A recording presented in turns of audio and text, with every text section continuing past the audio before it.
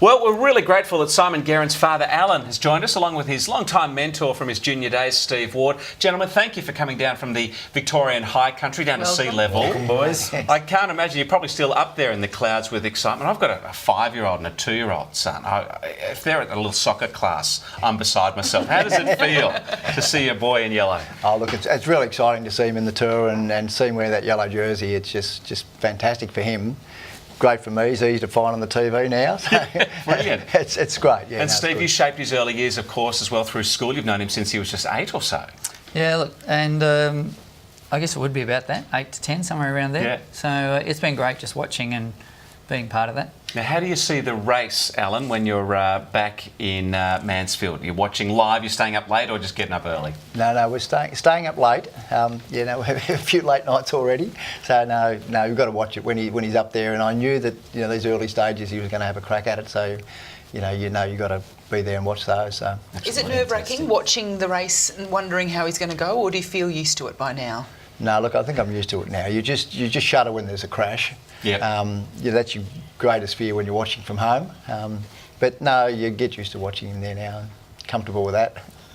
Steve, being a PE teacher, you must see a lot of young lads and girls with great physical talent. He was obviously a very versatile athlete. We've seen some fantastic pictures of him doing all sorts of things, riding horses, doing triathlon, high jump.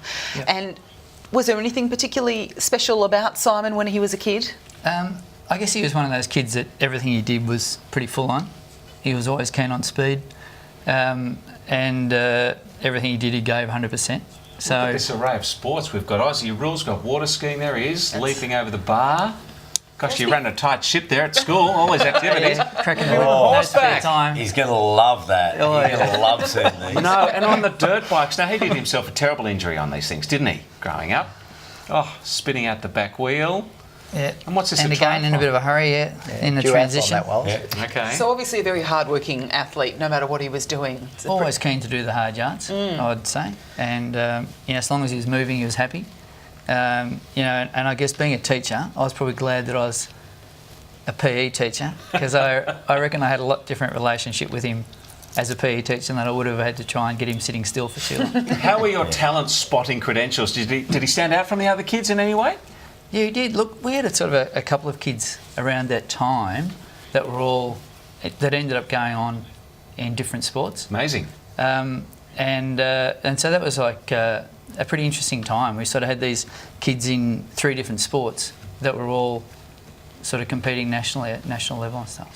So he had a terrible accident when he was riding motorbikes. And what were your thoughts after that had occurred? He was obviously something he was very passionate about.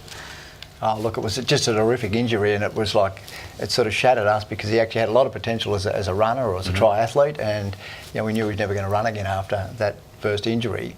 But just to see him battle back and recover and do all the hard work to get back up again. How old was he when he had that? He was 15 when he had the first one, and then 12 months to the day he did it again and undid all the surgery. And So his rehabilitation was to get on the bike?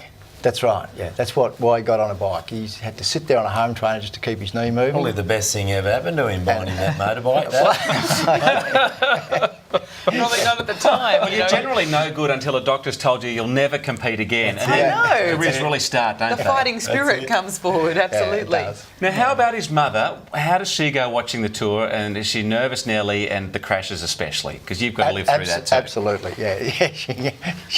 She doesn't watch that, when it gets really dangerous. Because in his early days, we used to go to the races, and it was always like we'd be waiting at the end, and there'd be a crash, and it would always be Simon. He was always the one that hit the deck at the end, and it was just so frustrating. And he's had a couple of bad crashes, since he's turned pro as well. So no parent likes to see your kids go through that and suffer. That's all part of it, isn't it? stressful. Now, you two, you ride the bike, don't you, both of you? Yep. Yeah. Yep. Mansfield Cycling Club would have kicked on a tad now. It has. I think the last few years it's probably doubled in size, and I think probably you have to be a rocket scientist to work out that there's a bit more profile in cycling up there now. Yeah, of course, it's fantastic. It's a wonderful It's thing, great. yeah. And we hear now that you've been having quite a few calls today, Alan. You got a call from the Premier? yeah, there was a bit of a surprise. Tell us about that. On the car coming down tonight. Come on, tell us the truth, mate. You didn't know who he was, did you? until he said the Premier of Victoria. I thought, oh, now I know who's talking. Fantastic. Well, he's Wasn't a bit working. hard to He's hear in keeping the a car. low But it was just good to think that someone like that made the effort, you know, that's fantastic. to ring up. Tracked your number down. Morty probably weren't gave it to driving. him. We weren't driving, of course. So we'd pulled over, taken a call.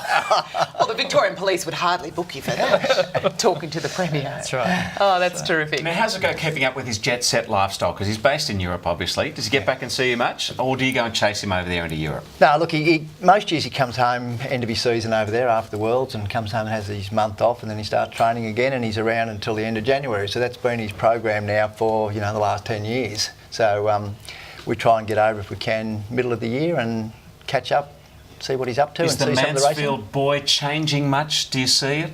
Do you see it each year after year with this No. fame and adulation? No, no, he doesn't change. That's what's good Good. about Simon. He hasn't changed at all. No, the only thing that's changed is he's got a wife and kids, and A big change there. and the kids are full on. You got a busy boy. They are, yeah, they're very busy kids, Yeah. yeah. But I'd just say to Simon, it's just justice, you know. Karma, almost. It's come back to bite you. That's terrific. Ultimate revenge, isn't it? That's fantastic. Great stuff. So, what's going to happen? Has he called you to say, Dad, I'm going pretty well? Did you see me? No, I ring him. I know how busy he is after a stage, like the stage win, for instance. You know, I rang Rana, his wife, straight away, and she said, "Oh, you might catch him because, you know, this is what he's doing." So you can have a quick chat to him. But when the tour's on, I know what it's like over there, and, you know, I don't bother him. But yeah, we catch up every couple of days and see how things are going. It's fantastic, and he's a great representative for your family and Cycling Australia, and it's a credit to you both. When he was Thanks, first in the Tour in 2005, Stephen, we hear that you went over to France at very late notice. Is that right? Yeah, and it was one of those things that I suppose we all make these flippant things, comments at different times, and probably in the early days of his cycling, I'd said, you know, if you ever get a ride in the Tour, I'll be there. Well, He did. You were. Good on you, gentlemen. We're so pleased that you're here. We thank you for what must be a really busy time for you for taking the time out to come and see us. Phones going off and well wishes galore.